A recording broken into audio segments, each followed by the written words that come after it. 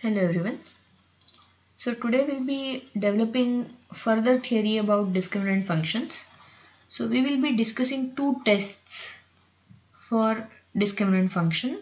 I'll explain the context in which these tests are needed, but we won't be deriving the test statistic or the null distribution of the test statistic. We would just understand the context in which the test is needed, what is the null hypothesis, and what is the test statistic and its distribution under null hypothesis.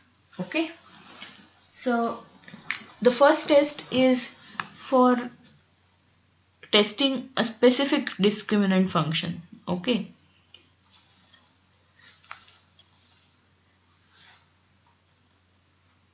so this is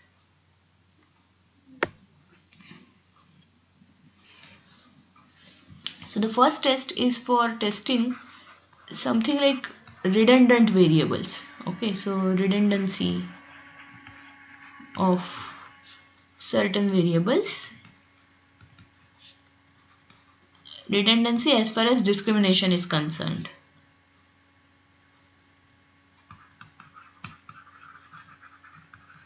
What do I mean by this? See, discriminant function or discriminant analysis is used to find a rule which can be used to classify between two populations, right? Classify an object to one of the two populations, or in fact it can be done for multiple populations also, but currently we are talking about two populations. Okay, now there may be some variables which are more or less similar across the entire data set, means they may be similar across both the sets, both the populations. In that case, that variable may not have any discriminatory power. For example, if I collect data on, say, students of same school in a certain class, for example, I collect data on, say, 8th standard students in a certain school. I collect data on their age, weight, height, blood pressure, etc. Now, age-wise, there may not be much difference because in that particular class, mostly the age difference is going to be at most 1 year. Okay, so age-wise, I may not find much interesting things if I suppose want to create two classes in the same, two populations in the same class. Okay, so age may not really help as a discriminatory variable.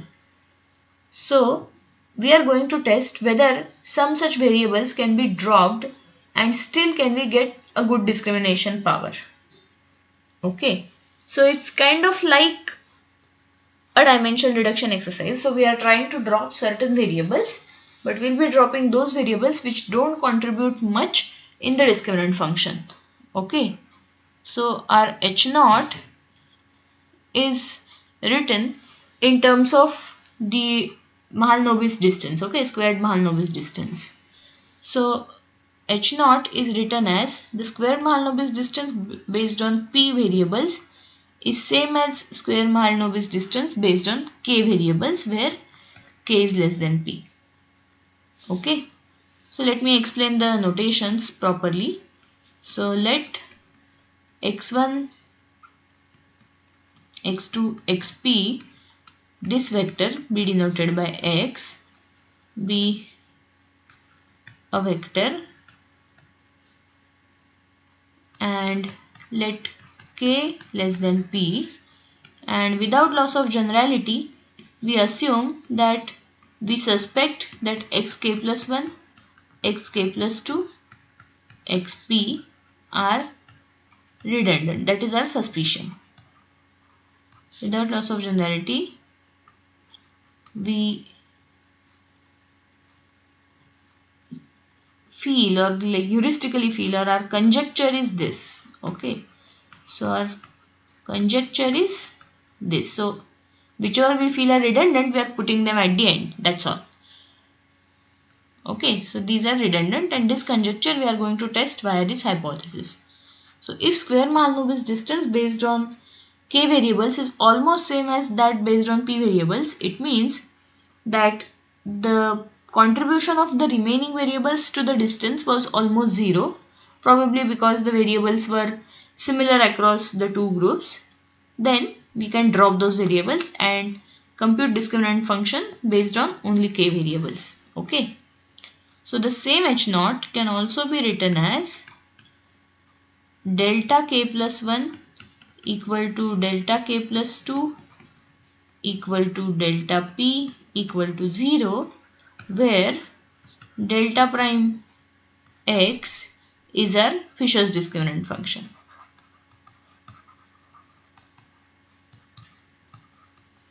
Okay.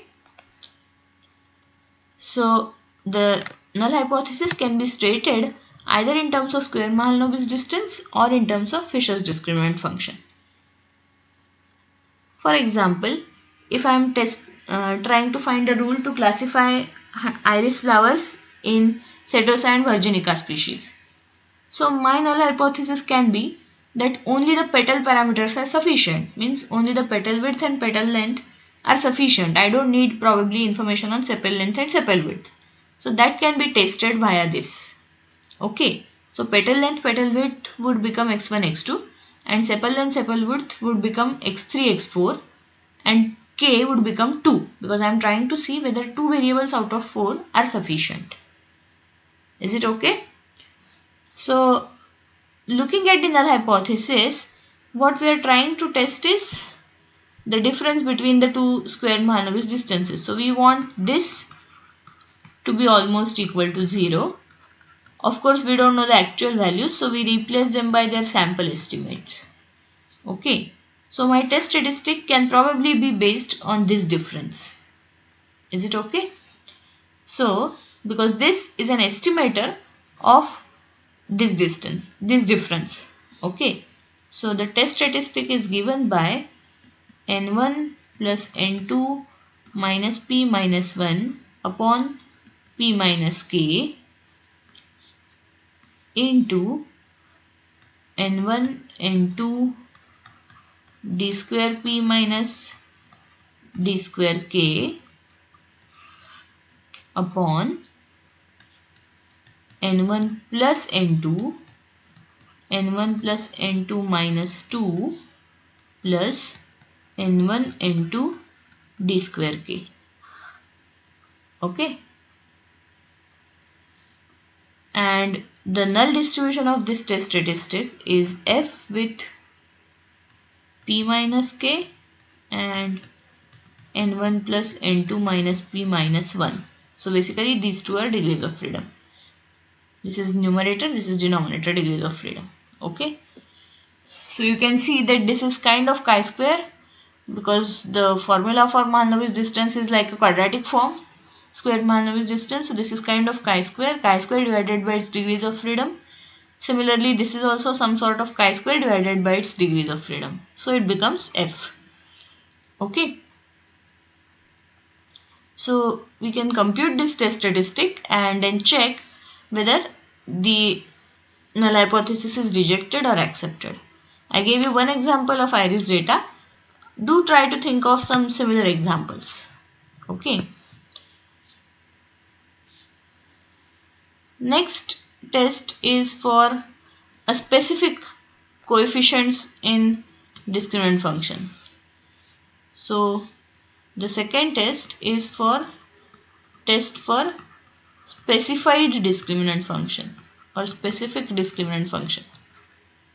What do I mean by that? So we know that using the means and variances, estimates of means and variances, we come up with some delta such that delta prime x gives me some discrimination criterion. Okay. But if I am suppose a domain expert, then as a domain expert I might have some feeling about which linear combination can act as a discriminator. For example, I may just talk of average of, so if suppose all my xi's are having same units, let us say I am talking about say scores of people. So x1 is score in first semester and x2 is score in second semester and so on. Okay. Then finally, to decide the class of a student, whether the student passes in first class, second class or third class, etc., I know that average score can be helpful. Okay, so I don't need a complicated form of discriminant function. What I can take is simply 1 by p summation xi, I going from 1 to p. This can become my discriminant function, right? So in such scenarios where we might have a hunch about what can possibly be a discriminant function, we try to see if that is a valid discriminant function, means if it has almost as good power as the any other discriminant function. Okay, why we do that? Because it may be better interpretable. My sample discriminant function may be close to this but may not be exactly equal to this. So in such case, if I can come up with something which is more interpretable, for example, let me say p is 4, and suppose the sample discriminant function turns out to be something like this: 0.3x2 plus 0.21x3 plus 0.19x4. Now interpreting this is very difficult, whereas if I can prove that this is same as 1 by 4 summation xi, then as an average this is much more interpretable. Okay, so I would like to see whether this can very well be approximated by this. That is what this second test is going to do. So the null hypothesis in the second test is that delta should be equal to some specified coefficient vector. Okay, delta naught. Here I am giving you an example of average, so every delta is equal. I mean, every component of delta is 1 by 4, but that need not be the case always. Okay, it may be something else. For example, if I am talking of your GPSA, so depending on credit of each course, the weight is different. So the weight can be the credit for that course upon total number of credits. Okay, so all the components of delta naught need not be the same. That's what I'm trying to say. Now how do we test this? So this vector equality means I have to actually test whether the first coefficient, so delta 1, the first coefficient of delta, so that is delta 1, whether it is equal to delta 1 naught, delta 2 equal to delta 2 naught, and so on, delta p equal to delta p naught. Okay, that is what we are trying to test. Now what we are going to do, we won't invent a new test. We will use the earlier test. Okay, we know that delta prime x is a linear combination of original variables. Okay, so what I'll do is I'll define a new vector where y1 is delta naught prime x. Okay, then y2 is x1, y3 is x2, and so on. Yp plus 1 is xp, correct? So I am defining a new p plus 1 dimensional vector where first component is actually delta naught prime x, the Fisher's discriminant function, but with the specified delta naught under h naught, and other variables are x1, x2, xp. Now in the context of y, what I am interested in checking is, can this y1 itself provide me with sufficient discriminatory power? So if I just consider y1, then whatever discrimination I get, discriminatory power I get, is it same as what I'll get using all these variables? Okay, if that is more or less the same, then I can say that fine, this specified discriminant function works well, because taking other individual components I am not getting much extra. Okay, and we already know the test for this, right? So we would write down the test statistic using the earlier test statistic. So what I want to test now, my h naught becomes delta 1 square is same as delta p plus 1 square, if I consider all these new p plus 1 variables. Okay, and how this would depend on d1 square minus dp plus 1 square. The test statistic would depend on this.